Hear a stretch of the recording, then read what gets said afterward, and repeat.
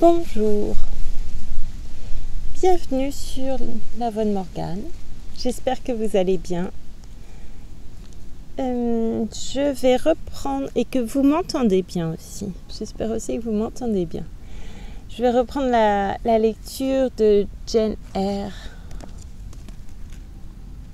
Nous en étions au chapitre 16.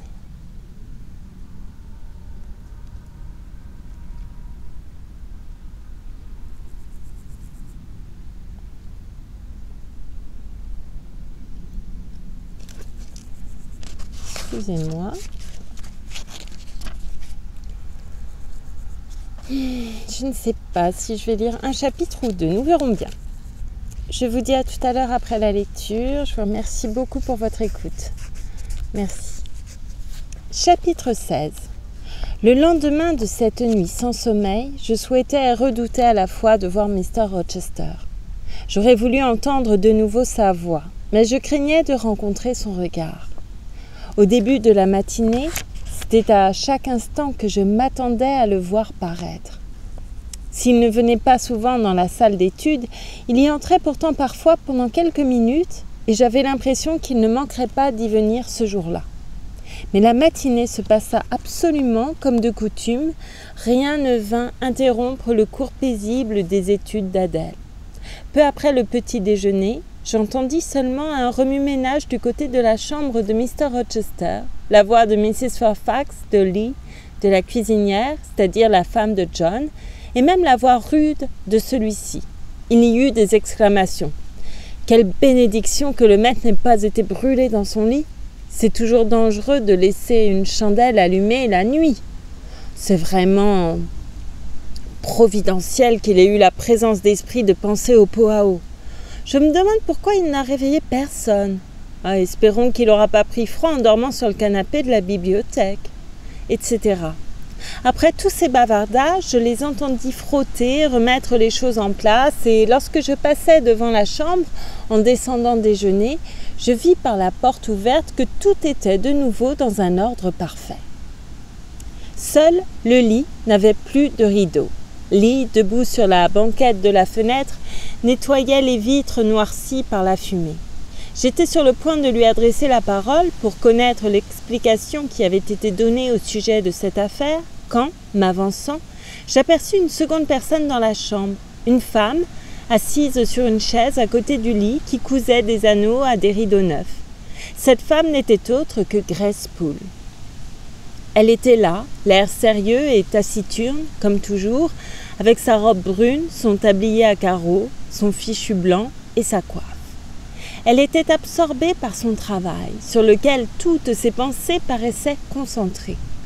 Sur son front dur, sur ses traits vulgaires, il n'y avait pas trace de la pâleur ou du désespoir que l'on se serait attendu à trouver sur le visage d'une femme qui avait tenté de commettre un meurtre et à qui celui dont elle voulait faire sa victime avait, la nuit dernière, été imputé jusque dans son repère, comme je le croyais, le crime qu'elle avait eu l'intention de perpétrer.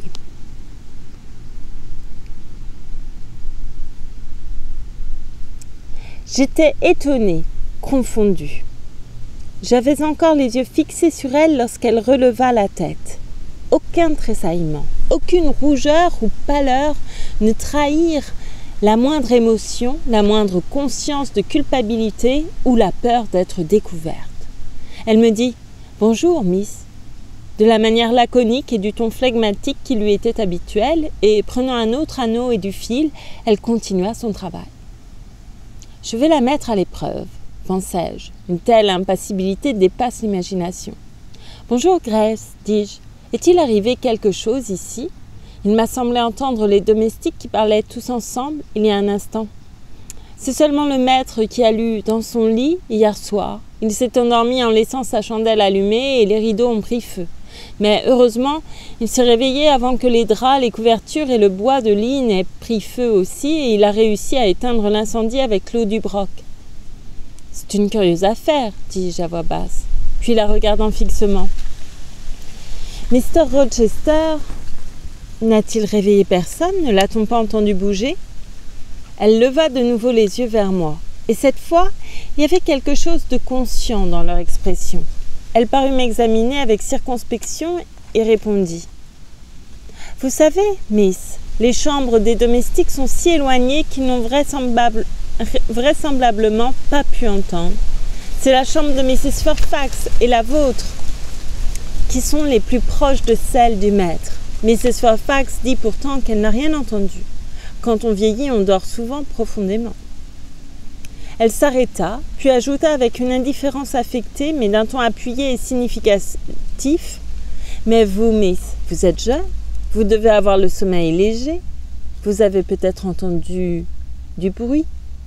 « Oui, dis-je, baissant la voix afin que Lee, qui continuait à frotter les vitres, ne pût m'entendre. Et j'ai cru, tout d'abord, que c'était Pilote.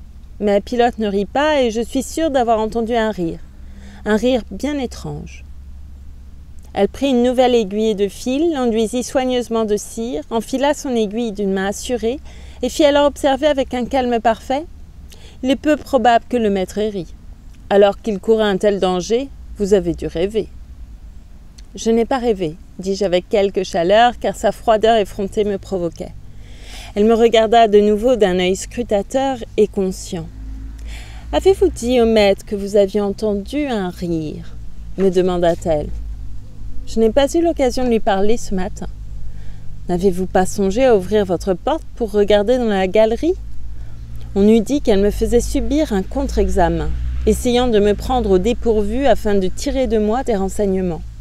L'idée me vint que si elle découvrait que je la savais coupable ou la soupçonnais, elle pourrait bien me jouer quelques méchants tours de sa façon.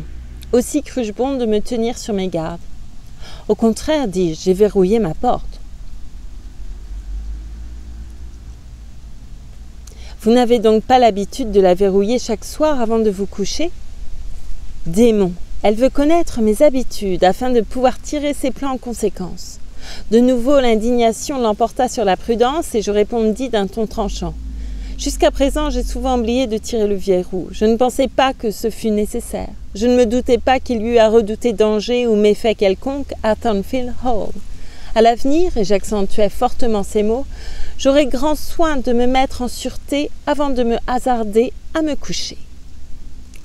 Il sera sage d'agir ainsi, répondit-elle. Je ne connais pas pays plus tranquille que celui-ci et n'ai jamais entendu dire que des voleurs aient tenté de pénétrer dans le manoir, depuis qu'il existe. Il est bien connu pourtant qu'il s'y trouve pour des centaines de livres de vaisselle d'argent dans l'armoire à argenterie. Et puis, pour une aussi grande maison, il y a très peu de domestiques, parce que le maître n'y a jamais beaucoup habité. Et quand il vient, comme il est célibataire, il n'a pas beaucoup d'exigences. Mais moi, je suis toujours d'avis qu'il vaut mieux pécher par excès de précaution. Une porte est vite verrouillée et il est toujours bon d'avoir un verrou tiré entre soi et le malheur qui peut rôder alentour. Bien des gens, Miss, s'en remettent en toute chose à la Providence. Moi, toutefois, je dis que la Providence ne nous dispense pas d'agir. Elle bénit d'ailleurs souvent nos prudentes initiatives. Elle termina là sa harangue, longue pour elle et débitée avec la gravité d'une quakeresse. Je demeurai absolument confondue, parce qu'il me paraissait une extraordinaire maîtrise de soi et la plus impénétrable des hypocrisies. À ce moment, la cuisinière entra. « Mrs. Poole, dit-elle, s'adressant à Grace, le déjeuner des domestiques va être servi. Voulez-vous descendre ? Non, mettez seulement mon pot de bière et un morceau de pudding sur un plateau et je l'emporterai là-haut. Voulez-vous un peu de viande ? Juste un morceau. Et un peu de fromage, c'est tout. Et le sagou ? Ne vous en inquiétez pas pour l'instant. Je descendrai avant l'heure du thé et le préparerai moi-même. » La cuisinière se tourna alors vers moi pour me dire que Mrs. Fairfax m'attendait. Je quittai donc la pièce.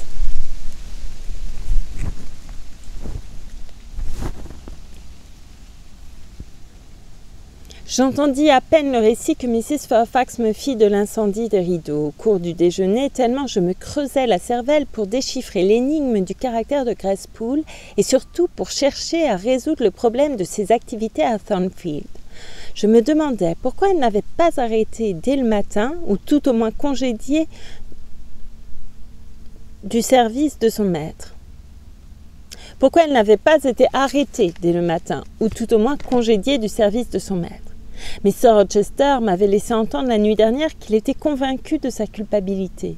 quelle mystérieuse raison l'empêchait de l'accuser? Pourquoi m'avait-il demandé à moi aussi de garder le secret? N'était-il pas fort singulier qu'un gentleman intrépide, vindicatif et hautain se révéla ainsi sous la domination de la dernière des servantes, à tel point que, même lorsqu'elle attentait à sa vie, il n'osait la déclarer ouvertement coupable de cette tentative, moins encore l'impunir? Si Grace avait été jeune et belle, j'aurais été portée à croire que c'était des sentiments plus tendres que la prudence ou la crainte qui influençaient Mr. Rochester en sa faveur. Mais à voir son visage dur et son air de matrone, cette idée ne pouvait être qu'exclue. Cependant, pensai-je, elle a été jeune. Sa jeunesse a dû être contemporaine de celle de son maître. Mrs. Fairfax m'a dit un jour qu'elle était ici depuis de nombreuses années. Je ne crois pas qu'elle ait jamais été jolie, mais pour autant que je le sache, il est possible qu'elle possède une originalité, une force de caractère qui compense son manque d'avantages extérieurs. Mr. Rochester aime l'audace, la singularité. Or, Grace est, pour le moins, singulière. Il se peut qu'un ancien caprice, chose très possible chez une nature aussi impétueuse et opiniâtre que la sienne, l'ait mis sous le joug de cette femme et qu'elle exerce à présent une secrète influence sur son comportement, conséquence de sa propre imprudence dont il ne peut se délivrer et n'ose s'affranchir. J'en étais là de mes hypothèses, quand se dessina dans ma pensée la silhouette carrée et plate de Mrs. Poole, sa figure peu avenante, sèche, vulgaire même. Non, me dis-je, c'est impossible. Ma supposition est inadmissible. Cependant, me suggéra la voix secrète qui parle au fond du cœur. Toi non plus, tu n'es pas belle. Et peut-être ne déplais-tu pas malgré cela, Mr. Rochester? Du moins, as-tu souvent pensé qu'il en était ainsi? La nuit précédente encore, rappelle-toi ses paroles, rappelle-toi son regard, rappelle-toi sa voix.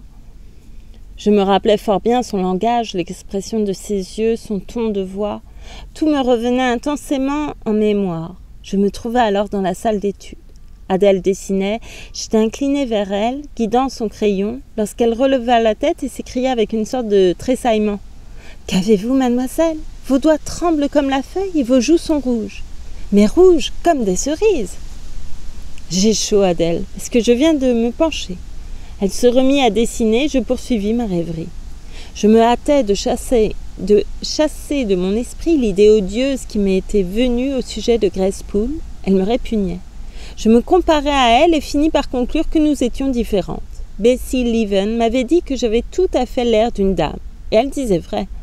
Or, maintenant, j'étais beaucoup mieux que lorsque Bessie m'avait vue. J'avais le teint plus éclatant, j'avais engraissé, j'étais plus vive, plus animée parce que mes espoirs étaient plus brillants, mes joies plus ardentes. Le soir approche, me dis-je, regardant vers la fenêtre. Je n'ai entendu aujourd'hui ni la voix ni le pas de Mr. Rochester dans la maison, mais je le verrai certainement avant la nuit. Ce matin, je redoutais cette rencontre, maintenant je la désire. L'attente a si longtemps été déçue qu'elle est devenue de l'impatience. Quand la nuit fut venue et qu'Adèle me quitta pour aller jouer dans la nurserie avec Sophie, je la désirais ardemment. Je guettais le coup de sonnette du rez-de-chaussée, je guettais la venue de Lee avec un message. Parfois, je croyais entendre le pas de Mr. Rochester, me tournais vers la porte, m'attendant à la voir s'ouvrir devant lui. La porte resta fermée. Seule, à travers la fenêtre, l'obscurité envahissait la pièce. Il n'était pas tard, cependant. Mr. Rochester me faisait souvent appeler à 7 ou 8 heures, et il n'en était encore que 6. Non, mon espoir ne serait pas déçu ce soir, alors que j'avais tant de choses à lui dire. Je voulais lui parler encore de Grace Poole pour savoir ce qu'il en dirait. Je voulais lui demander franchement s'il la croyait réellement l'auteur de l'horrible attentat de la veille et, dans ce cas, pourquoi il gardait le secret sur son crime. Peu importait que ma curiosité l'irritât. Je prenais plaisir à le taquiner et à le calmer tour à tour. C'était même dans ce plaisir que je goûtais le plus grand charme. Un instinct sûr m'empêchait toujours d'aller trop loin. Je ne m'aventurais jamais jusqu'à le provoquer, mais cela m'amusait d'exercer mon habileté à l'extrême limite. Tout en ne manquant jamais de lui témoigner un scrupuleux respect et de garder constamment une attitude conforme à ma position, je pouvais discuter sans crainte avec lui, sans nulle gêne, et nous nous en trouvions bien l'un et l'autre. Enfin, un pas fit craquer l'escalier. Lee parut, mais ce fut seulement pour m'annoncer que le thé était servi dans l'appartement de Mrs. Fairfax. Je m'y rendis, heureuse malgré tout de descendre, m'imaginant que je serais ainsi plus près de Mr. Rochester. « Vous devez avoir besoin de prendre votre thé, me dit la bonne dame quand je la rejoignis. Vous avez si peu mangé au déjeuner. » « J'ai peur, continua-t-elle, que vous ne soyez pas bien aujourd'hui. Vous êtes toute rouge et vous paraissez fiévreuse. »« Oh, je vais très bien, je ne me suis jamais mieux portée. »« Alors il faut le prouver en ayant bon appétit. Voulez-vous remplir la théière pendant que je finis de tricoter les mailles de cette aiguille ?» Sa tâche terminée, elle se leva pour baisser la jalousie qu'elle avait laissée relever afin, je le suppose, de profiter des dernières lueurs du jour. Mais le crépuscule qui s'était assombri rapidement avait fait place présentement à une obscurité complète. « Il fait beau ce soir, bien qu'il n'y ait pas d'étoiles, dit-elle. En regardant à travers les vitres, en somme, Mr. Rochester a eu une belle journée pour faire son voyage. »« Son voyage ? Mr. Rochester est donc parti ? Je l'ignorais. »« Oh, il est parti aussitôt après le petit déjeuner. Il est allé au... Léa, la résidence de Mr. Ashton, à 10 milles au-delà de Millcote. Je crois que toute une société y est réunie. Lord Ingram, Sir John Lynn, le colonel Dent et d'autres. Pensez-vous qu'il sera de retour ce soir ? Non, ni demain. Je pense qu'il y restera très probablement une semaine ou davantage. Quand cette haute aristocratie mondaine s'assemble, c'est au milieu de tant d'élégance, de gaieté, de plaisir et de divertissement de toutes sortes que personne n'a hâte de se séparer. Les messieurs en particulier sont souvent fort recherchés en de telles occasions. Et Mr. Rochester est si spirituel et gai en société qu'on souhaite partout sa présence.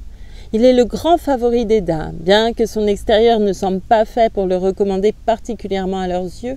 Sans doute ses talents, son intelligence, peut-être aussi sa fortune et sa naissance, compensent-ils quelques petites imperfections de sa personne. Y a-t-il des dames au lit ?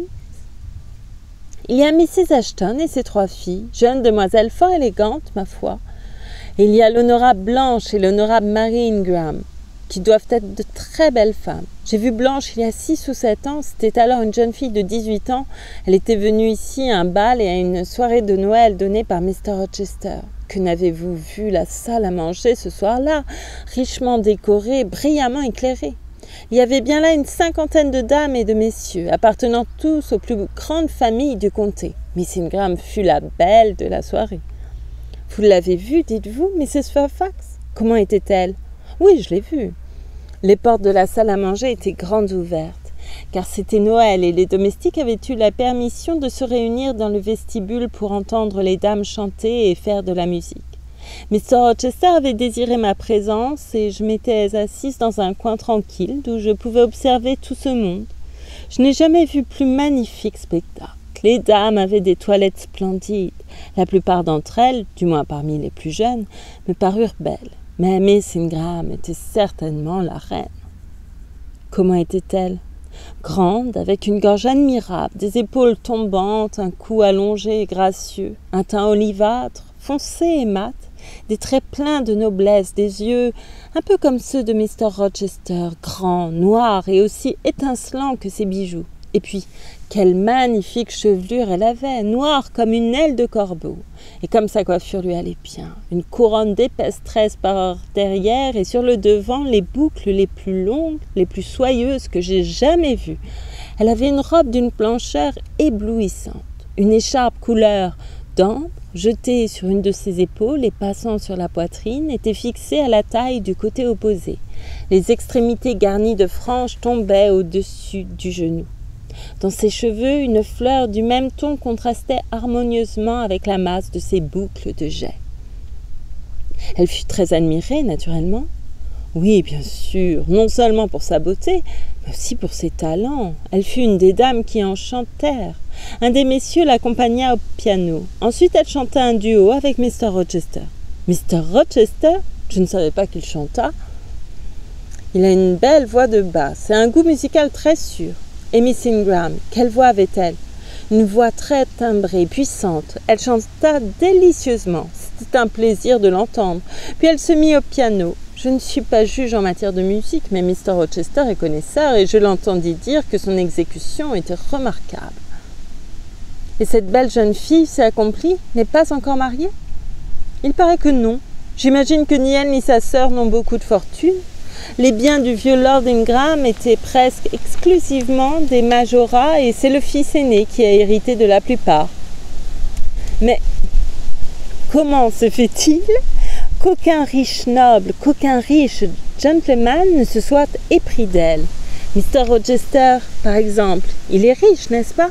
Oh oui, mais voyez-vous, il y a entre eux une différence d'âge considérable. Mr. Rochester a près de 40 ans. Elle n'en a que 25. Qu'importe, on voit tous les jours des mariages plus disproportionnés. C'est vrai. Cependant, j'ai peine à croire que Mr. Rochester puisse avoir une telle idée. Mais vous ne mangez rien, vous avez à peine goûté à quelque chose depuis que le thé est servi. J'ai trop soif pour manger. Voulez-vous me donner une autre tasse de thé? J'allais encore revenir sur les probabilités d'une union entre Mr. Rochester et la Belle Blanche lorsqu'Adèle entra. La conversation prit alors un autre cours. Lorsque je fus seule, une fois de plus, je me remémorais les nouvelles que j'avais apprises. J'analysais les pensées, les sentiments que j'éprouvais dans le fond de mon cœur et, d'une main impitoyable, m'efforçais de ramener au bercail du bon sens ceux qui s'étaient égarés dans les stériles espaces sans chemin, sans limite, de l'imagination. Appelée à ma propre barre, ma mémoire évoqua les espoirs, les désirs, les aspirations que j'avais nourries depuis la nuit précédente, l'état d'esprit auquel je m'étais abandonnée depuis bientôt 15 jours. Ma raison s'avança à son tour et, de sa voix tranquille, fit un récit simple et sans ornement, montrant comment j'avais repoussé la réalité pour saisir la fiction avec une avidité proprement folle. Je prononçai alors ce jugement. Jamais plus grande insensée que Jane Eyre ne respira souffle de vie. Jamais sotte plus chimérique ne se grisa de mensonges agréables et n'avala poison comme si ce fût nectar. Toi, me dis-je, l'une des préférées de Mr. Rochester. Toi, doué du pouvoir de lui plaire. Toi, être de quelque importance pour lui. Va, ta déraison me fait mal et tu as pris plaisir à des marques occasionnelles de sympathie. Marques équivoques données de la part d'un gentleman de grande famille, d'un homme du monde à une subordonnée candide. Comment l'as-tu osé? Pauvre dupe stupide! Ton propre intérêt même n'a-t-il pu te rendre plus raisonnable? Tu t'es répété ce matin la brève scène de la nuit passée? Voile ta face et n'éprouve que honte. Il t'a fait compliment de tes yeux, n'est-ce pas? Aveugle poupée! Ouvre tes paupières troublées pour voir ta maudite extravagance. Il n'est bon pour aucune femme d'être flattée par son supérieur qui ne peut songer à l'épouser. Chez toutes ces folies de laisser s'allumer en leur cœur un amour secret, car s'il n'est payé de retour et reste ignoré, il consumera la vie qui en est le support. S'il est deviné, partagé, il ne pourra, tel un feu follet, qu'entraîner dans les solitudes au marécage inextricable. Écoute donc, Jane Eyre, ta condamnation. Demain, pose ton miroir devant toi, dessine fidèlement au crayon ton propre portrait, sans atténuer aucun défaut, sans omettre une ligne dure, sans estomper les irrégularités disgracieuses. Écris dessous portrait d'une institutrice sans famille, pauvre et laide. Prends ensuite une plaque d'ivoire poli, tu en as une toute prête dans ta boîte. Mélange sur ta palette les tons les plus frais, les plus délicats, les plus clairs. Choisis tes pinceaux en poils de chameau les plus fins. Dessine avec soin le visage le plus charmant que tu puisses imaginer. Colore-le de tes teintes les plus suaves, des tons les plus doux, suivant la description que Mrs. Fairfax a faite de Blanche Ingram. N'oublie pas les boucles noires comme des plumes de corbeau, les yeux d'oriental. Comment? Tu songes à prendre pour modèle ceux de Mr. Rochester. De la discipline, pas de pleurnicherie, pas de sensiblerie, pas de regret. Je ne tolère que raison, que courage. Rappelle-toi les traits nobles et harmonieux, le cou et le buste grec. Laisse voir l'arrondi du bras éblouissant, la délicatesse de la main. Ne mets ni la bague de diamant, ni le bracelet d'or. Rends fidèlement la toilette, les dentelles aériennes, le satin brillant, la gracieuse écharpe et la rose dorée. Ce portrait sera celui de Blanche Ingram, dame de qualité accomplie. Chaque fois qu'à l'avenir il t'arrivera d'imaginer que Mr. Rochester pense quelque bien de toi, prends ces deux portraits et compare-les. Dis-toi, Mr. Rochester pourrait sans doute obtenir l'amour de cette noble dame s'il voulait en prendre la peine. Est-il vraisemblable qu'il puisse accorder une pensée sérieuse à cette pauvre et insignifiante roturière? C'est ce que je vais faire, décidai-je. Après avoir pris cette détermination, je devins plus calme et m'endormis. Je tins parole. 1 heure ou 2 me suffirent pour esquisser mon propre portrait au crayon, et en moins d'une quinzaine de jours, j'eus achevé une miniature sur ivoire d'une blanche Ingram imaginaire. C'était un visage charmant. Quand on le comparait à la tête dessinée au crayon, ma fidèle image, le contraste était aussi complet que ma raison pouvait le désirer. Ce travail me fut profitable. Il avait occupé mes mains, mon esprit, et avait donné force et fixité aux impressions nouvelles que je voulais graver dans mon cœur de façon indélébile. J'eus bientôt des raisons de me féliciter d'avoir obligé ma sensibilité à se soumettre à cette saine discipline. Grâce à elle, je pus subir avec le calme qui convenait les événements qui suivirent. Si je n'y avais été préparée, je n'aurais probablement pas pu conserver ce calme, même extérieurement.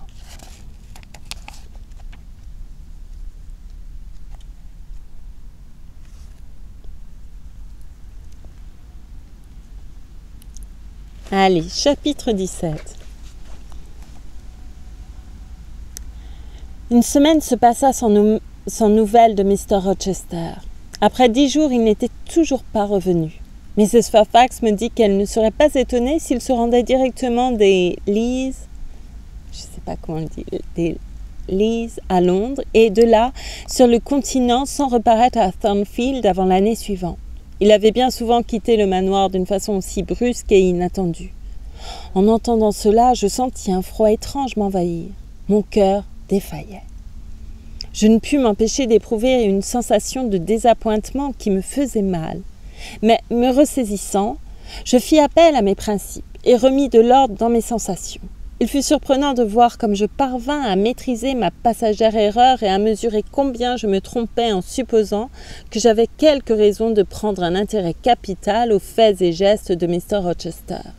Ce n'est pas que je me fusse humiliée par une idée servile d'infériorité. Au contraire, je me disais simplement ceci.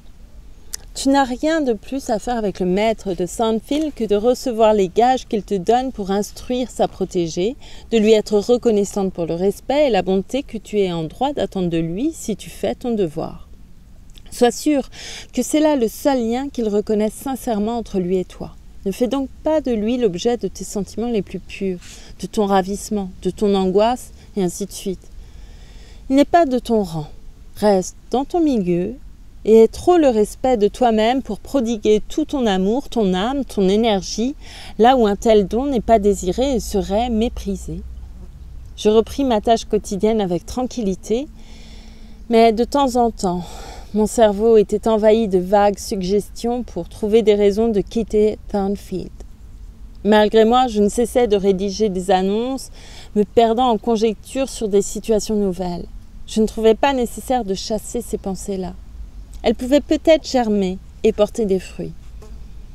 Il y avait plus de 15 jours que Mr. Rochester était absent lorsque Mrs. Fairfax reçut une lettre. « Cette lettre est du maître, dit-elle en regardant l'adresse. Nous allons sans doute savoir si nous devons attendre son retour ou non. » Et tandis qu'elle brisait le cachet et lisait la lettre, je continuais à boire mon café. Nous étions en train de prendre le petit déjeuner. Il était chaud. Aussi attribuai-je à ce fait la violente rougeur qui me monta soudain au visage. Pourquoi ma main tremblait-elle? Pourquoi, sans le vouloir, renversai-je la moitié du contenu de ma tasse dans ma soucoupe? C'est ce que je ne voulus pas approfondir. Si je trouve par moments que nous sommes trop tranquilles ici, nous risquons à présent, au moins pendant un certain temps, d'être fort occupés, dit Mrs. Fairfax, tenant toujours la lettre devant ses lunettes. Avant de me permettre de demander une explication, je rattachai le cordon du tablier d'Adèle qui s'était dénoué. Je lui donnai un autre petit pain et remplis sa tasse de lait. Je dis alors d'un air indifférent. « Mr. Rochester ne va sans doute pas revenir de sitôt. »« Mais si, il revient dans 3 jours, c'est-à-dire jeudi prochain, et il ne reviendra pas seul. Je ne sais le nombre des élégantes personnes d'Élise qui vont l'accompagner. Il m'ordonne de faire préparer les meilleures chambres, de faire nettoyer à fond la bibliothèque et les salons. Il faut que je fasse venir des aides de cuisine de l'auberge du roi Georges à Millcote et de partout où j'en trouverai. Les dames doivent amener leurs femmes de chambre, les messieurs leurs valets, nous allons en avoir une pleine maison. Mrs. Fairfax avala son déjeuner et partit en hâte pour commencer les opérations. Comme elle l'avait prédit, les 3 journées furent bien remplies. Toutes les chambres de Thornfield m'avaient semblé merveilleusement propres et en ordre, mais il faut croire que je m'étais trompée.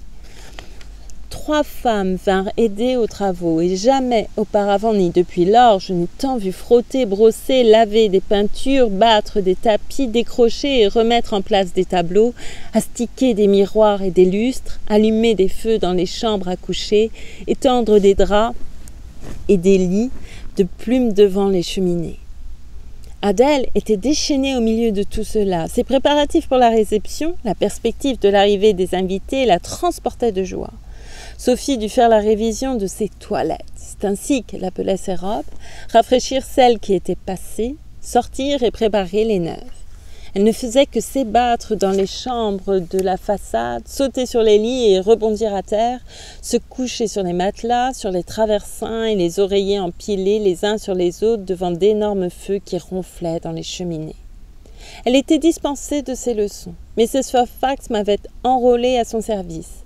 Je passais toute la journée dans l'office à l'aider, elle et la cuisinière, à les gêner plutôt. J'apprenais à faire des flans, des tartelettes à la crème, de la pâtisserie à la française, à trousser le gibier et à garnir les compotiers pour le dessert. On attendait l'arrivée des invités le jeudi après-midi à 6 heures pour dîner. Dans cet intervalle, je n'eus pas le loisir de caresser des chimères. Je crois bien que je fus aussi active et aussi gaie que les autres, à l'exception d'Adèle, bien entendu. Pourtant, de temps à autre, ma gaieté recevait comme le coup d'arrêt d'une douche, et je me retrouvais, malgré moi, en proie aux doutes, aux tristes présages, aux sombres conjectures. Cela se produisait quand il m'arrivait de voir la porte de l'escalier du 3e étage, toujours fermée à clé depuis quelque temps, s'ouvrir lentement et livrer passage à Grace Poole, avec sa coiffe soignée, son tablier blanc et son fichu. Elle glissait silencieusement le long de la galerie, d'un pas tranquille, assourdie par ses chaussons de lisière, jetait un coup d'œil dans les chambres où tout était en mouvement et sans dessus-dessous, disant un mot, le cas échéant, à la femme de ménage sur la meilleure manière de faire briller une grille, de nettoyer un marbre de cheminée, d'enlever les taches du papier des murs et poursuivait son chemin. Elle descendait ainsi à la cuisine une fois par jour, y déjeunait, fumait une petite pipe au coin du feu et s'en retournait, emportant son pot de bière avec elle pour égayer la solitude de sa sombre retraite.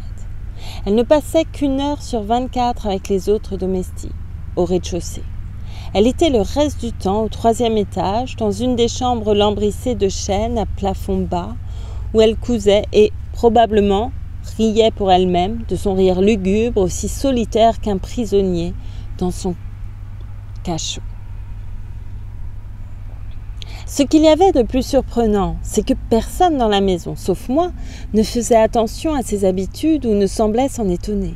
Personne ne discutait sa situation ni son emploi. Nul n'avait pitié de sa solitude ou de son isolement.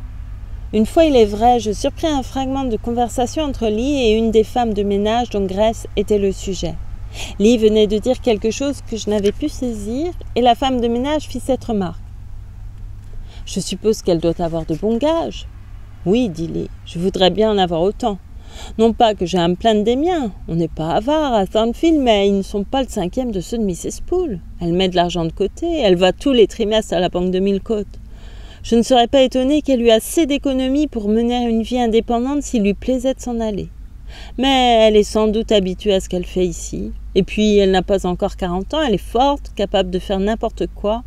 Il est trop tôt pour qu'elle se retire. » « C'est certainement une personne sur qui l'on peut compter, » dit la femme de ménage. « Oh, elle comprend mieux que quiconque ce qu'elle a à faire, » répliqua Lee d'un ton significatif, et en dépit de tout l'argent qu'elle gagne, n'importe qui ne pourrait chausser ses souliers. « C'est vrai, » répondit l'autre. « Je me demande si le maître... » Elle allait continuer, mais à ce moment, Lee se retourna, m'aperçut et lui poussa légèrement le coude. « Ne sait-elle rien ?» chuchota la femme de ménage. Lee fit un signe de tête négatif, et la conversation s'arrêta net. Je conclus de tout cela qu'il y avait à Thornfield un mystère qu'on me scellait à dessein. Le jeudi arriva. Tous les préparatifs avaient été terminés la veille au soir. On avait remis les tapis, les rideaux des lits, étalé les courtes pointes d'une éclatante blancheur, garni les tables de toilette, rempli les vases de fleurs. Le mobilier reluisait. Nulle main n'aurait pu ajouter à la fraîcheur et à la splendeur des chambres et des salons. Le vestibule, comme le reste, était admirable de netteté. La grande horloge sculptée, les marches et la rampe de l'escalier brillaient comme des miroirs. Dans la salle à manger, la crédence resplendissait des feux étincelants de l'argenterie. Dans le salon et le boudoir, des fleurs exotiques s'épanouissaient de tous côtés dans des vases. Puis ce fut l'après-midi. Mrs. Fairfax mit sa plus belle robe de satin noir, ses gants, sa montre en or, car c'était elle qui devait recevoir les invités, conduire les dames dans leurs chambres, etc. Adèle voulut aussi qu'on l'habillât, mais à mon avis, il y avait peu de chances pour qu'elle fût présentée dès le premier soir. Cependant, pour lui faire plaisir, je permis à Sophie de lui mettre une de ses robes de mousseline courte et bouffante.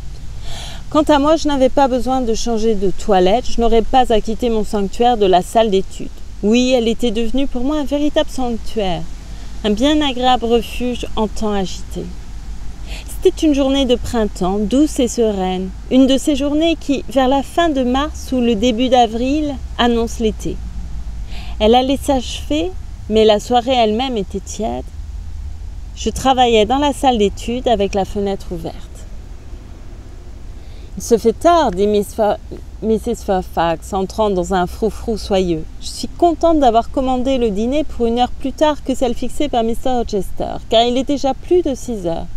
J'ai envoyé John en bas jusqu'au gris, voir s'il y a quelque chose sur la route. De là, on peut distinguer assez loin dans la direction de Millcote. » Elle s'avança vers la fenêtre. « Le voici, dit-elle. Eh bien, John, continua-t-elle en se penchant dehors. Quelle nouvelle ?»« Ils arrivent, madame, répondit-il. Ils seront ici dans 10 minutes. » Adèle se précipita à la fenêtre. Je l'y suivis, prenant la précaution de me mettre sur le côté, de façon à voir sans être vue, derrière l'écran du rideau. Les 10 minutes que John avait accordées parurent très longues. Enfin, on entendit un bruit de roues, et 4 cavaliers, suivis de 2 voitures découvertes, montèrent l'avenue au galop. Des voiles flottants, des plumes ondoyantes emplissaient les véhicules. 2 des cavaliers étaient de jeunes gentlemen à l'air audacieux. Le 3e était Mr. Rochester, monté sur son cheval noir Mesrour, avec pilote bondissant devant lui. À son côté chevauchait une dame dont l'amazone d'un rouge pourpre balayait presque le sol. Son voile flottait au vent dans toute son ampleur. De magnifiques boucles d'un noir d'ébène se mêlaient à ses plis transparents et rayonnaient au travers. Tous 2 ouvraient la marche.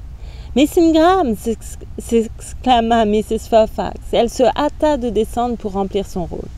La cavalcade, suivant la courbe de l'avenue, contourna rapidement l'angle de la maison et je la perdis de vue. Adèle me supplia de la laisser descendre, mais je la pris sur mes genoux et lui fis comprendre qu'elle ne devait, sous aucun prétexte, et à quelque moment que ce fût, se risquer à paraître devant les dames sans y avoir été expressément invitée. Autrement, Mr. Rochester serait fort en colère, etc. Elle versa quelques larmes bien naturelles en m'écoutant, mais comme je commençais à prendre mon air grave, elle consentit enfin à les sécher. Une joyeuse animation régnait à présent dans le vestibule. Les voix graves des messieurs et les accents argentins des dames se mêlaient harmonieusement et, sur le tout, sans qu'elle fût forcée, se reconnaissait la voix sonore du maître de Thornfield Hall, souhaitant la bienvenue sous son toit à ses élégants et nobles hôtes. Puis des pas légers montèrent l'escalier et résonnèrent dans la galerie. Il y eut des éclats de rire délicats et joyeux, des portes s'ouvrirent, se refermèrent et, pendant quelques instants, tout se tut. « Elle change de toilette !» s'écria Adèle, qui, l'oreille attentive, avait suivi chaque mouvement. Elle ajouta en soupirant. « Chez maman, quand il y avait du monde, je le suivais partout, au salon et à leur chambre. Souvent, je regardais les femmes de chambre coiffer et habiller les dames. Et c'était si amusant. Comme cela, on apprend. N'avez-vous pas faim, Adèle ? Mais oui, mademoiselle. Voilà 5 ou 6 heures que nous n'avons pas mangé. Eh bien, pendant que les dames sont dans leur chambre, je vais me hasarder à descendre pour aller vous chercher quelque chose. Sortant avec précaution de ma retraite, je pris l'escalier de service qui conduisait directement à la cuisine. Dans cette région, tout était en effervescence et en mouvement. Le potage et le poisson avaient atteint leur dernier degré de cuisson et la cuisinière, penchée sur ses creusets, était dans un état physique et moral faisant craindre qu'elle n'entrât en combustion spontanée. Dans la salle des domestiques, 2 cochers et 3 valets se tenaient debout ou assis autour du feu. Les femmes de chambre, je le suppose, étaient en haut avec leur maîtresse. Les nouveaux domestiques engagés à Millcote allaient et venaient de tous côtés, affairés.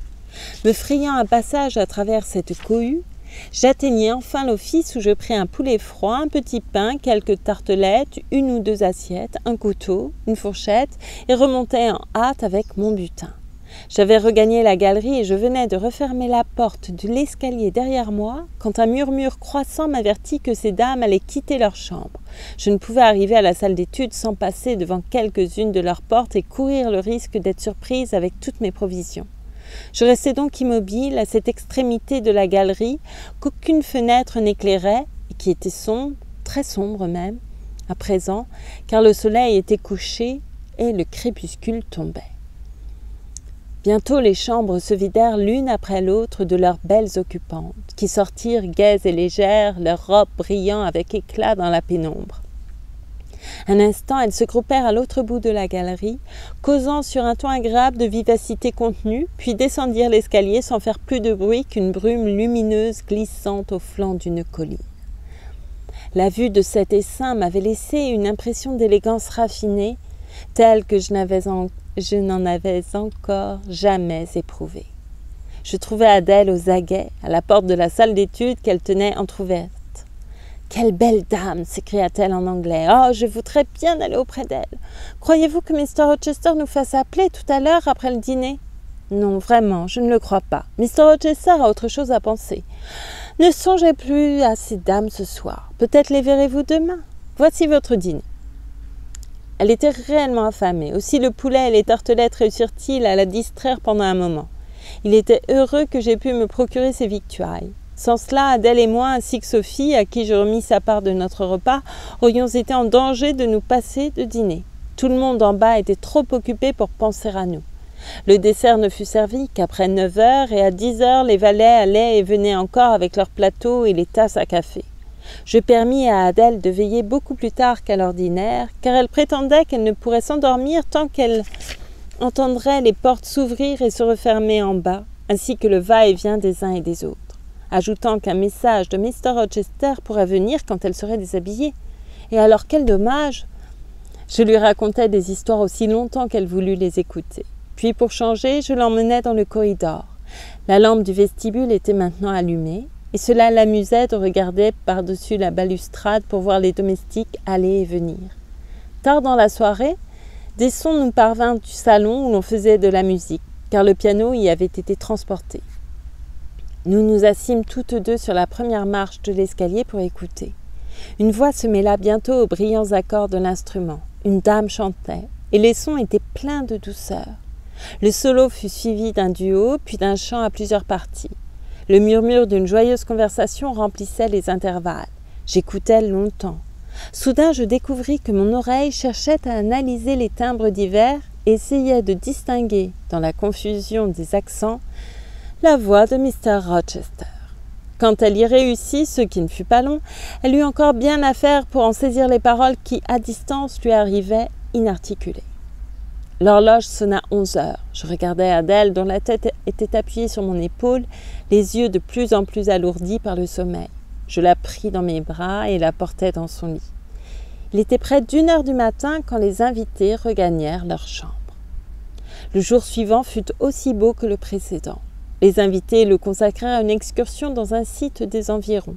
Ils partirent de bonne heure dans la matinée, les uns à cheval, les autres en voiture. J'assistais au départ ainsi qu'au retour. Miss Ingram, comme la veille, était la seule dame à cheval et, comme la veille, Mr. Rochester galopait à ses côtés. Tous deux chevauchaient un peu à l'écart des autres. J'en fis la remarque à Mrs. Fairfax, qui était à la fenêtre avec moi.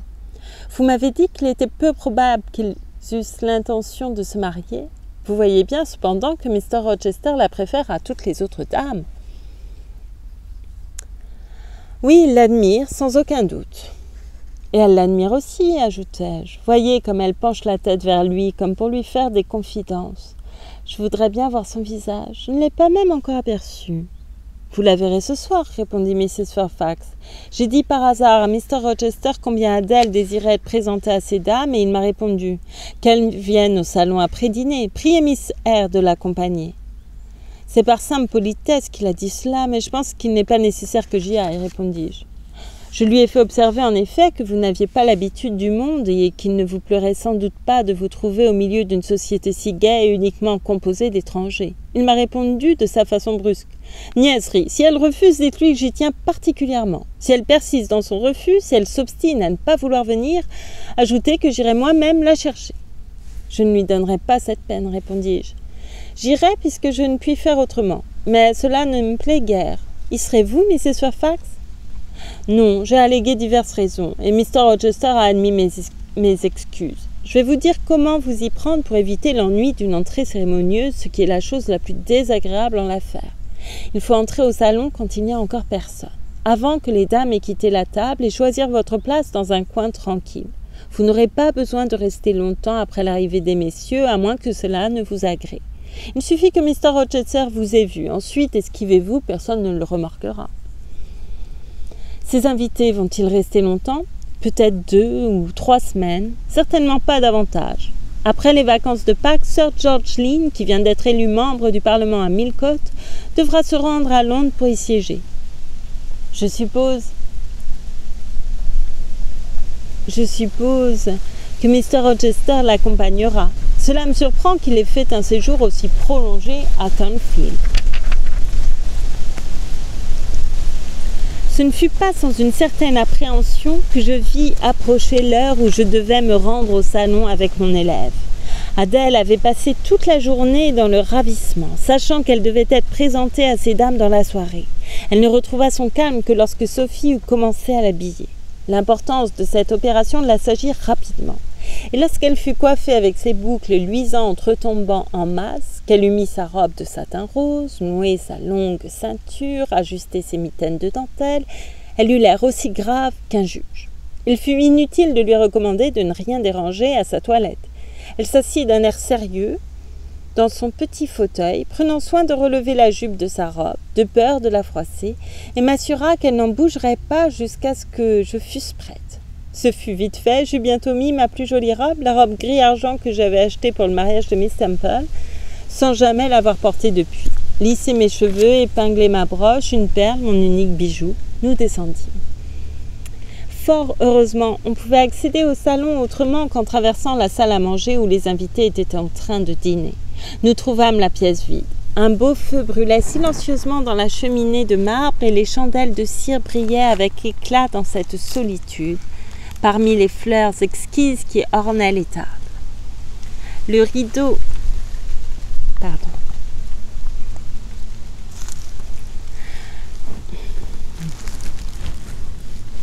Peut-être que comme ça, il y a beaucoup de vent,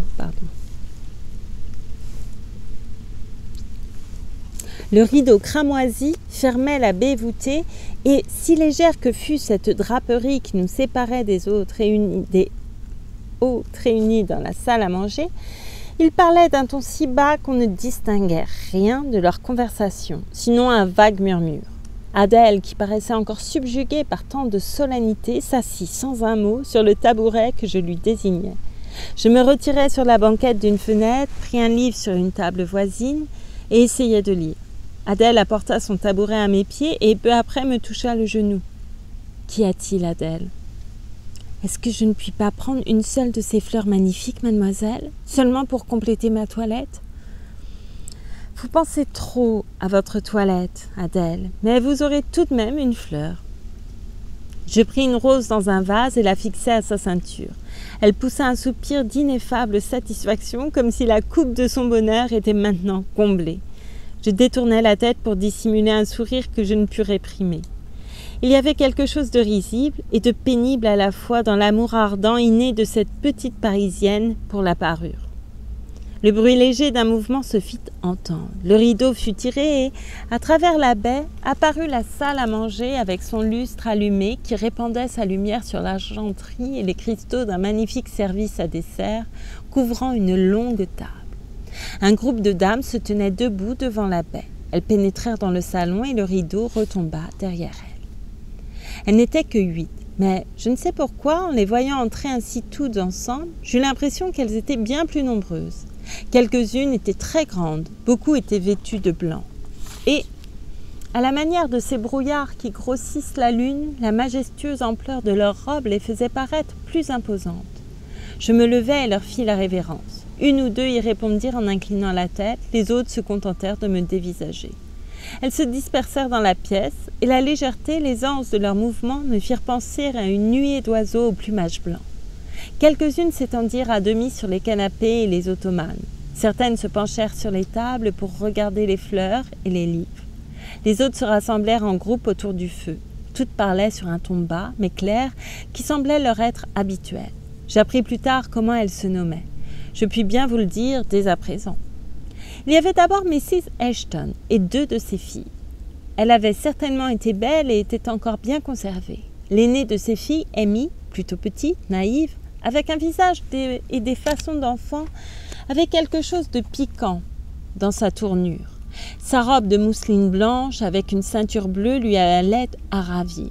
La seconde, Louisa, était plus grande, plus élégante d'allure et avait une de ces jolies figures que les Français appellent un minois chiffonné.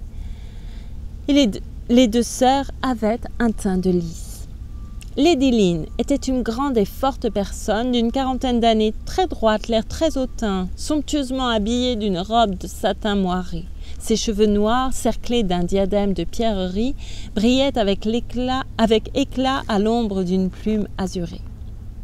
Mrs. la colonelle Dante, moins fastueuse, me parut plus distinguée.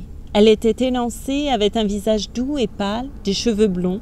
Sa robe de satin noir, son écharpe de magnifiques dentelles de provenance étrangère, sa parure de perles, me plurent bien plus que l'irradiation d'arc-en-ciel de la dame titrée. Mais les 3 personnes qui retenaient le plus l'attention, peut-être à cause de leur haute taille, étaient la douairière Lady Ingram et ses filles, Blanche et Mary. Toutes 3 étaient des femmes extrêmement grandes. La douairière pouvait avoir de 40 à 50 ans. Elle avait encore une jolie silhouette, des cheveux noirs, du moins à la lumière des chandelles, une denture apparemment encore parfaite. Presque tout le monde devait la trouver splendide pour une femme de son âge. Et elle l'était, sans nul doute, physiquement. Mais il y avait dans son port et dans son visage une expression d'arrogance presque intolérable. Elle avait une tête de romaine avec un double menton qui disparaissait dans un cou semblable à un pilier. L'orgueil qui gonflait et assombrissait ses traits paraissait également y creuser des sillons. Par orgueil encore, elle tenait toujours son menton extraordinairement relevé. Ses yeux cruels et durs me rappelaient ceux de Mrs. Reed. Elle parlait d'une manière affectée. Sa voix grave avait des inflexions prétentieuses et pontifiantes. En un mot, insupportable.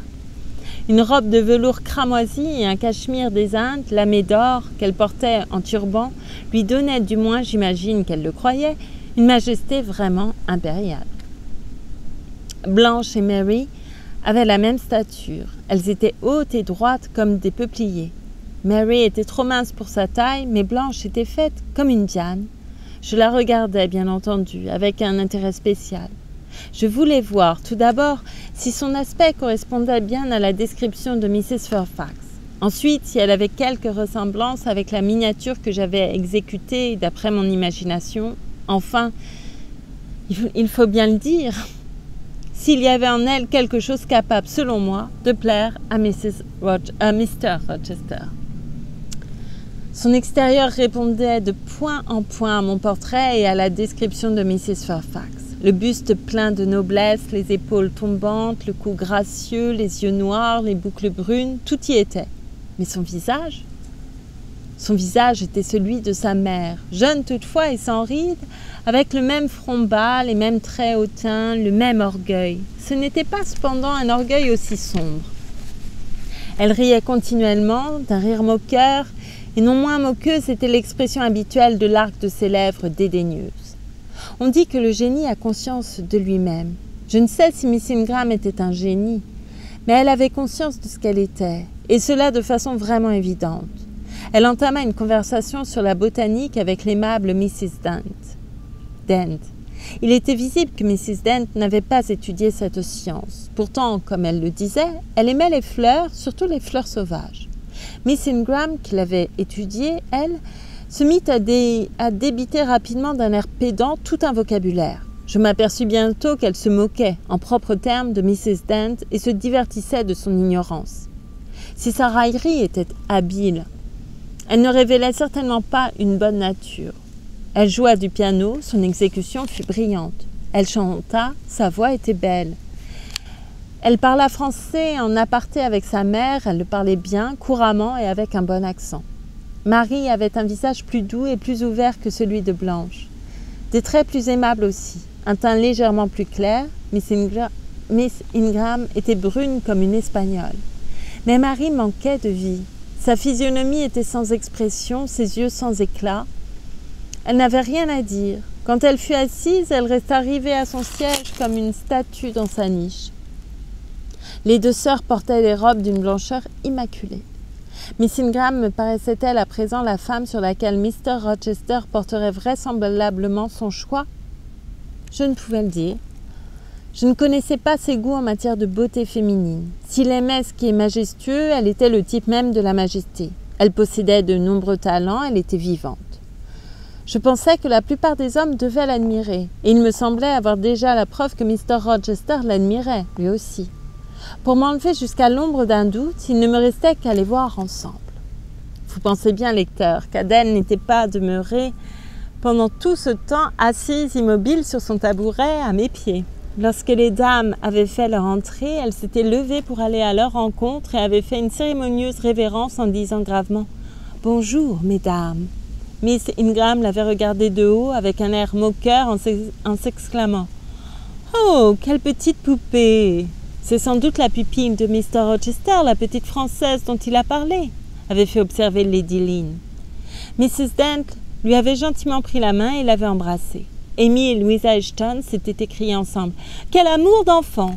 Après quoi, elle l'avait fait venir sur un canapé où elle était à présent, confortablement installée entre elles deux, bavardant tantôt en français, tantôt en mauvais anglais, accaparant non seulement l'attention des jeunes filles, mais encore celle de Mrs. Ashton et de Lady Lynn, et se faisant gâter à souhait.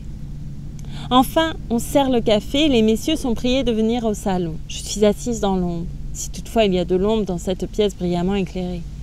Le rideau de la fenêtre me dissimule à demi. La draperie de la baie s'entr'ouvre à nouveau. Ils entrent. Le groupe des messieurs paraît aussi important que celui des dames. Ils sont tous vêtus de noir. La plupart d'entre eux sont de haute taille, quelques-uns sont jeunes. Henry et Frédéric Lynn sont de brillants cavaliers, certes. Le colonel Dent est un bel homme à l'allure de soldat. Mr. Ashton, le juge du district, a l'air vraiment distingué. Ses cheveux tout blancs, ses sourcils et ses favoris encore noirs lui donnent quelque chose de l'aspect d'un père noble de théâtre. Lord Ingram, comme ses sœurs, est très grand. Comme elle aussi, il est beau. Mais il a l'air apathique et indolent. Il a l'air apathique et indolent de Mary. La dimension de ses membres l'emporte, semble-t-il, sur l'ardeur de son sang ou la vigueur de son cerveau. Mais où est Mr. Rochester? C'est lui qui vient le dernier. Bien que ne regardant pas la baie, je le vois cependant entrer. J'essaie de concentrer mon attention sur mes aiguilles, sur les mailles du filet de la bourse à laquelle je travaille. Je ne veux penser qu'à l'ouvrage que j'ai dans les mains, ne voir que les perles d'argent et les fils de soie posées sur mes genoux. Mais c'est lui que je contemple. Et j'évoque irrésistiblement le moment où je l'ai vu pour la dernière fois, juste après lui avoir rendu ce qu'il appelait un service insigne, quand il avait pris ma main et m'avait regardé avec des yeux qui trahissaient un cœur débordant, brûlant de s'épancher.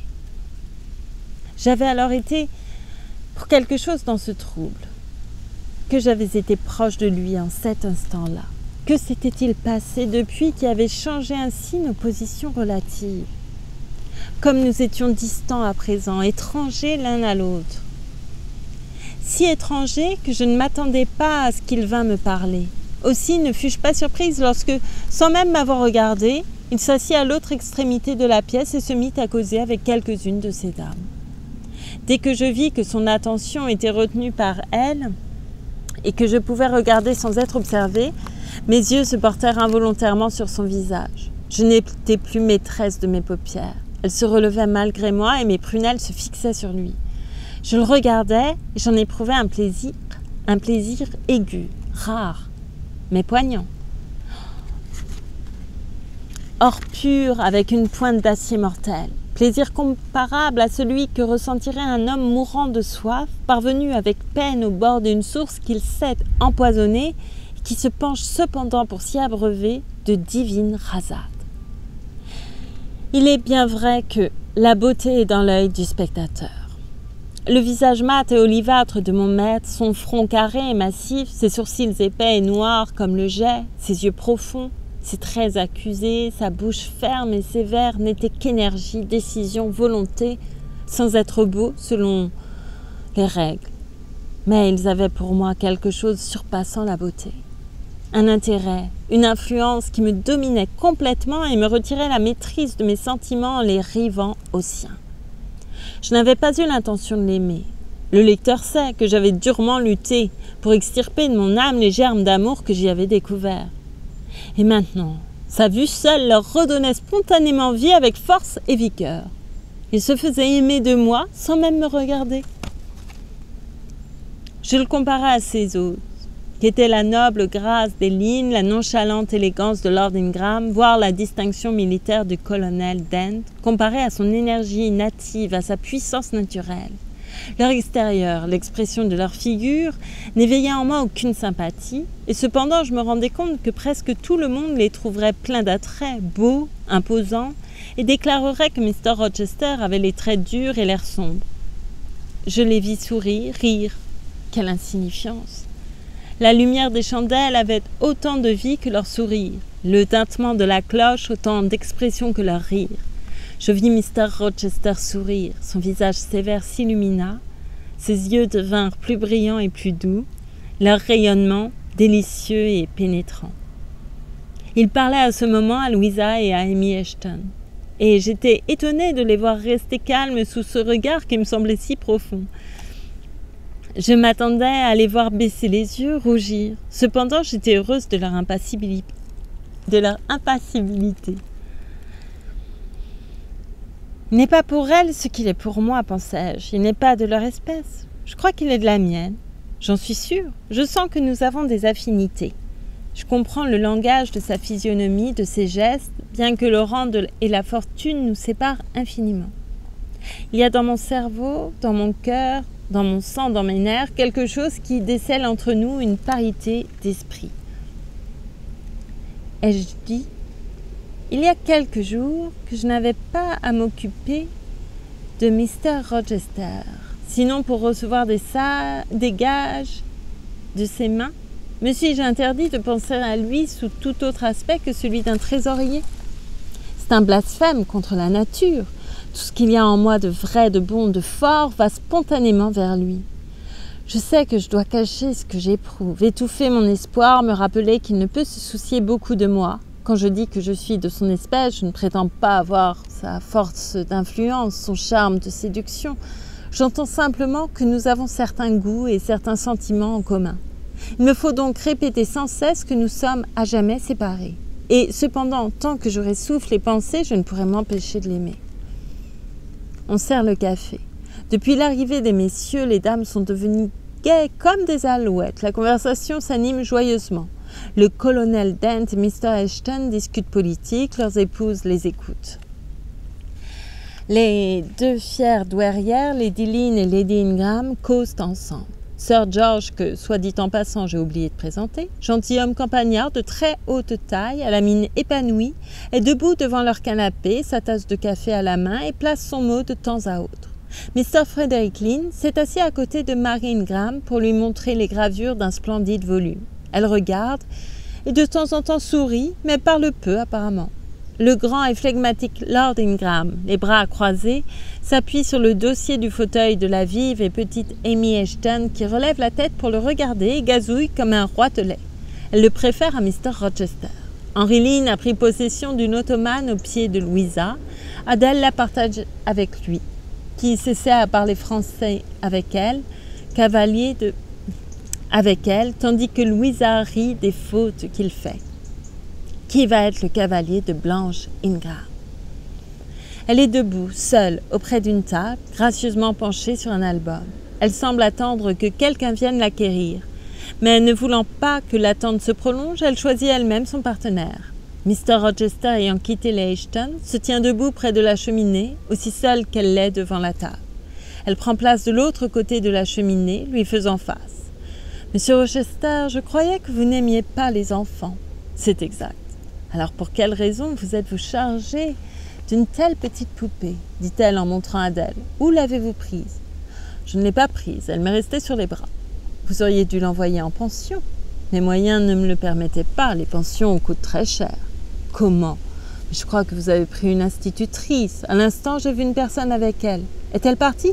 Oh non, elle est toujours là, derrière le rideau de la fenêtre.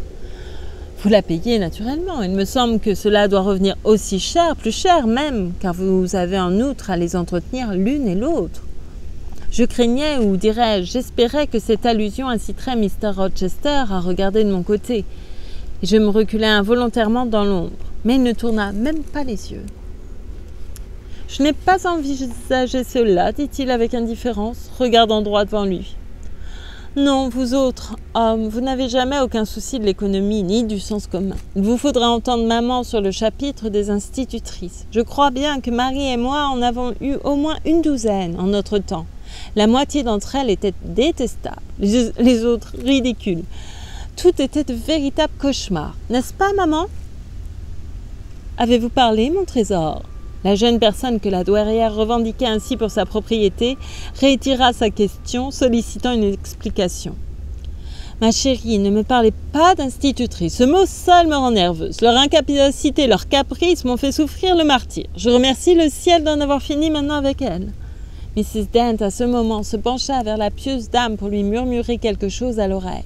Sans doute lui rappela-t-elle qu'il y avait là un spécimen de la race sur laquelle elle venait de lancer l'anathème, car la noble dame répondit « Tant pis, j'espère que cela lui servira. » Puis plus bas, mais encore assez haut pour que j'entendisse, je l'ai observé. Je suis bon juge en matière de physionomie et je vois dans la sienne tous les défauts de son espèce. « Quels sont-ils, madame ?» demanda à haute voix Mr. Rochester. « Je vous le dirai en particulier, répliqua-t-elle, secouant 3 fois son turban, ce qui avait une signification de mauvais augure. Mais ma curiosité sera tombée, c'est maintenant qu'il faut la satisfaire. Demandez à Blanche, elle est plus près de vous que moi. Oh, ne lui dites pas de s'adresser à moi, maman. Je n'ai qu'un mot à dire de toute la tribu. C'est un fléau. Non que j'ai jamais eu beaucoup à en souffrir, j'ai eu soin de renverser les rôles. Quel tour n'avons-nous pas fait, Théodore et moi, à Miss Wilson, à Mrs. Gray, à Madame Joubert? Marie était trop endormie pour prendre une part active à nos complots. C'est aux dépens de Madame Joubert que nous nous sommes le plus amusés. Miss Wilson était une pauvre créature maladive, larmoyante, triste, qui, en un mot, ne méritait pas qu'on prît la peine de triompher d'elle. Mrs. Gray était vulgaire, insensible. Rien n'avait d'effet sur elle. Mais cette pauvre Madame Joubert, je la vois encore dans ses violents accès de colère quand nous l'avions poussée à bout, que nous avions renversé notre thé, émietté nos tartines de pain et de beurre, lancé nos livres au plafond et fait un vrai charivari avec la règle et le pupitre, le garde-feu et le tisonnier, la pelle et les pincettes. Théodore, vous rappelez-vous ces joyeux jours? Oui, bien sûr, je m'en souviens, répondit Lord Ingram d'un ton traînant. Et la pauvre vieille entêtée s'écriait « Oh, les vilains enfants !» Alors nous la sermonnions sur sa prétention à vouloir instruire des enfants brillants, intelligents comme nous, quand elle était si ignorante. C'est exact. Vous souvenez-vous aussi, Théodore, comme je me joignais à vous pour poursuivre ou persécuter votre précepteur, Mr. Winning, à figure de carême, ce pasteur en herbe, comme nous l'appelions. Lui et Miss Wilson avaient pris la liberté de s'éprendre l'un de l'autre, du moins le croyions-nous, Théodore et moi. Nous avions surpris maints regards tendres, maints soupirs que nous interprétions comme les signes de la belle passion.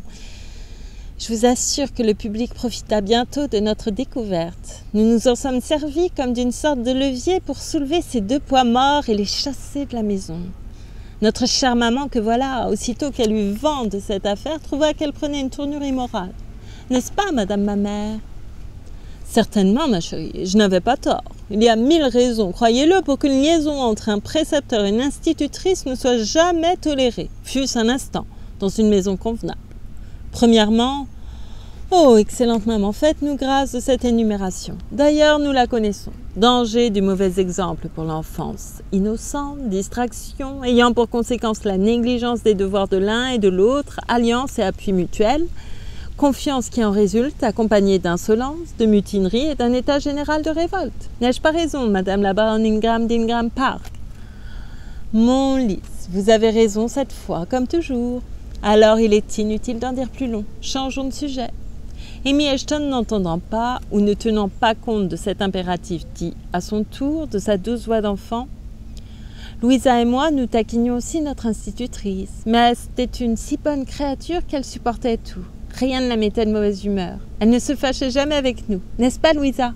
Non, jamais. Nous avions beau faire tout ce que nous voulions, fouiller dans son bureau, dans sa boîte à ouvrage, mettre ses tiroirs sans dessus-dessous, elle avait si bon cœur qu'elle nous donnait tout ce que nous lui demandions. » Et maintenant, dit Miss Ingram, en plissant sa lèvre d'une manière railleuse, je suppose qu'on va nous gratifier d'un abrégé des mémoires de toutes les institutrices existantes. Aussi, pour éviter une telle calamité, je propose de nouveau de changer de sujet. Mr. Rochester, appuyez-vous ma proposition. Mademoiselle, je suis de votre avis sur ce point, comme sur tous les autres. Je prends donc la responsabilité du choix. Signor Eduardo, êtes-vous en voie ce soir ? Donna Bianca, si telle est votre volonté, je le serai. Alors, signor, je vous enjoins par ordre souverain de fourbir vos poumons et autres organes vocaux et de les mettre à mon royal service. Qui ne voudrait être le Rizzio d'une si divine Mary ? Foin de Rizzio, s'écria-t-elle, secouant sa tête chargée de boucles tout en se dirigeant vers le piano. À mon avis, le ménétrier David devait être un compagnon bien insipide. Je préfère le ténébreux Bothwell. J'estime qu'un homme n'est rien s'il n'a en lui quelques condiments diaboliques. Et l'histoire peut raconter ce qu'elle voudra de James Hepburn. Il me semble que c'est justement là le genre de héros bandit, indomptable, farouche, auquel j'aurais consenti à faire don de ma main. Vous entendez, messieurs, lequel d'entre vous ressemble le plus à Bothwell, s'écria Mr. Rochester. C'est certainement vous, répondit le colonel Dent. Sur mon honneur, je vous suis très obligé, fit Mr. Rochester. Miss Ingram, qui venait de s'asseoir au piano avec une grâce hautaine, étalant sa robe couleur de neige dans toute sa royale ampleur, commença à préluder brillamment tout en continuant de parler. Elle prenait visiblement des airs importants ce soir-là. Ses paroles, son attitude semblaient vouloir exciter non seulement l'admiration, mais aussi l'étonnement des auditeurs. Elle cherchait évidemment à les frapper, en se montrant très audacieuse et entreprenante. « Oh, que je suis fatiguée des jeunes gens d'aujourd'hui !» s'exclama-t-elle tout en exécutant des traits sur le clavier. « De pauvres êtres chétifs, incapables de faire un pas au-delà des grilles du parc de papa et même d'aller jusque-là sans la permission et la protection de maman. Des créatures uniquement préoccupées de leur joli visage, de leurs mains blanches, de leurs petits pieds, comme si un homme avait quelque chose à voir avec la beauté. Comme si la beauté n'était pas le privilège essentiel de la femme, son apanage et son légitime bien. Je vous accorde qu'une femme laide soit une tache sur le beau visage de la nature. Quant aux gentlemen, qu'ils se soucient uniquement de posséder la force et la valeur, que leur devise soit « chasser, tirer, combattre ». Le reste ne vaut pas une chiquenaude. Telle serait ma devise si j'étais un homme. Si jamais je me marie, poursuivit-elle, après une pause que personne n'interrompit, je ne veux pas que mon mari soit pour moi un rival. Je veux, au contraire, qu'il me mette en valeur. Je ne souffrirai aucun concurrent auprès du trône. J'exigerai un hommage absolu, une adoration sans partage entre moi et l'image qu'il verra dans son miroir. Mr. Rochester, chantez à présent, je vais vous accompagner. Je suis toute obéissance, répondit-il. Tenez, voici une chanson de corsaire. Sachez que je raffole des corsaires et pour cette raison chantez-la con spirito. Des ordres sortis des lèvres de Miss Ingram donneraient de l'ardeur à une tasse de lait coupée d'eau. Alors prenez garde, si vous ne me donnez pas satisfaction, je vous ferai honte en vous montrant comme ce genre de chanson doit être exécuté. C'est offrir une récompense à l'incapacité. Je vais m'efforcer à présent de ne pas réussir. Gardez-vous-en bien. Si vous faites mal volontairement, j'inventerai une punition proportionnée à la faute. Soyez clémente, Miss Ingram. Il est en votre pouvoir d'infliger un châtiment qui dépasse la résistance humaine. Comment? Expliquez-vous, ordonna la jeune fille. Veuillez m'excuser, mademoiselle. Toute explication serait superflue. Vous avez l'esprit trop subtil pour ignorer qu'un seul froncement de vos sourcils équivaudrait à la peine capitale. Chantez, dit-elle. Et préludant de nouveau au piano, elle se mit à jouer un accompagnement animé. Voilà le moment de m'esquiver, pensai-je. Mais les sons qui emplirent l'air m'arrêtèrent. Mrs. Fairfax avait dit que Mr. Rochester avait une belle voix. C'était vrai. Une voix de basse harmonieuse et puissante, dans laquelle il faisait passer sa sensibilité, sa force, et qui, par-delà l'oreille, allait droit au cœur, y faisant mystérieusement naître l'émotion. J'attendis que la dernière note, riche et grave, se fût évanouie et que le flux de la conversation, suspendu un instant, eût repris son cours. Je quittai alors le coin où je m'étais réfugiée et sortis par la petite porte, heureusement proche. En traversant les 3 couloirs qui conduisaient au vestibule, je m'aperçus que mon soulier était détaché. Je m'arrêtai et me mis à genoux sur le paillasson du bas de l'escalier pour le rattacher. J'entendis la porte de la salle à manger s'ouvrir. Un monsieur en sortait. Me relevant en hâte, je me trouvai face à face avec lui. C'était Mr. Rochester. « Comment allez-vous » me demanda-t-il. « Je vais très bien, monsieur. Pourquoi n'êtes-vous pas venu me parler au salon ?» J'aurais pu, me semble-t-il, lui renvoyer la question, mais je ne voulus pas prendre cette liberté. Je lui répondis « Je n'ai pas osé vous déranger, monsieur, vous paraissiez occupé. »« Qu'avez-vous fait pendant mon absence ?»« Rien de particulier, j'ai fait travailler Adèle, comme d'habitude. »« Vous êtes devenu beaucoup plus pâle que vous ne l'étiez. Je l'ai remarqué dès que je vous ai vu. Qu'y a-t-il ?»« Rien du tout, monsieur. »« Avez-vous pris froid la nuit où vous m'avez à moitié noyé ?»« Pas le moins du monde. » Retournez au salon, vous partez trop tôt. Je suis fatigué, monsieur. Il me regarda un instant. Et légèrement déprimé, dit-il. Qu'avez-vous? Dites-le-moi. Rien, monsieur. Je ne suis pas déprimé. Et moi, je vous affirme que si. Tellement déprimé que quelques mots de plus pourraient faire couler des larmes qui brillent déjà dans vos yeux et débordent. Une perle a glissé de vos cils. Elle est tombée sur la dalle. Si j'avais le temps, si je ne redoutais mortellement les bavardages d'un Tartuffe en livrée passant par ici, il me faudrait savoir ce que tout cela signifie.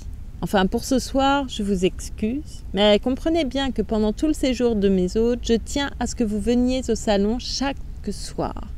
C'est là mon désir. Ne le négligez pas. À présent, vous pouvez partir. Que Sophie vienne prendre Adèle. Bonne nuit, ma. Il s'arrêta net, se mordit la lèvre, et me quitta brusquement. Et c'est la fin du chapitre 17. J'ai très peur que cette lecture soit inaudible ou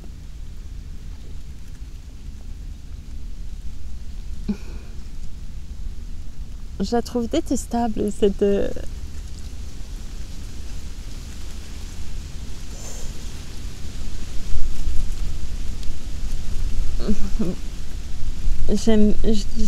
j'ai du mal avec le mépris et les comportements hautains.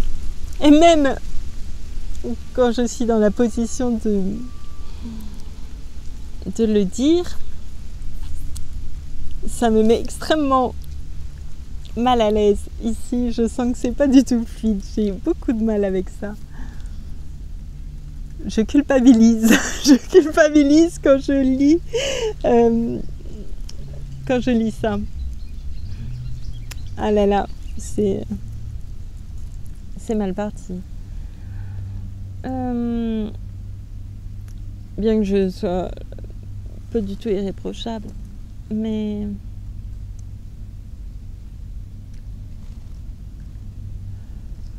oui, enfin bon.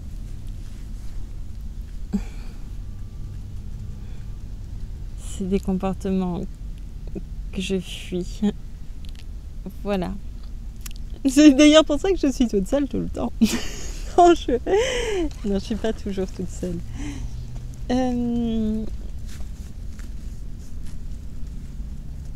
Bien. Ben, je vous remercie beaucoup pour votre écoute en tout cas. J'espère que vous aurez pu entendre et que ça vous aura plu. Et je vous dis à très bientôt pour la suite de la lecture. Voilà. Je sais pas trop si on me voit, mes cheveux m'ont un peu perturbée aussi pendant cette lecture. Merci beaucoup et à très bientôt. Prenez soin de vous surtout.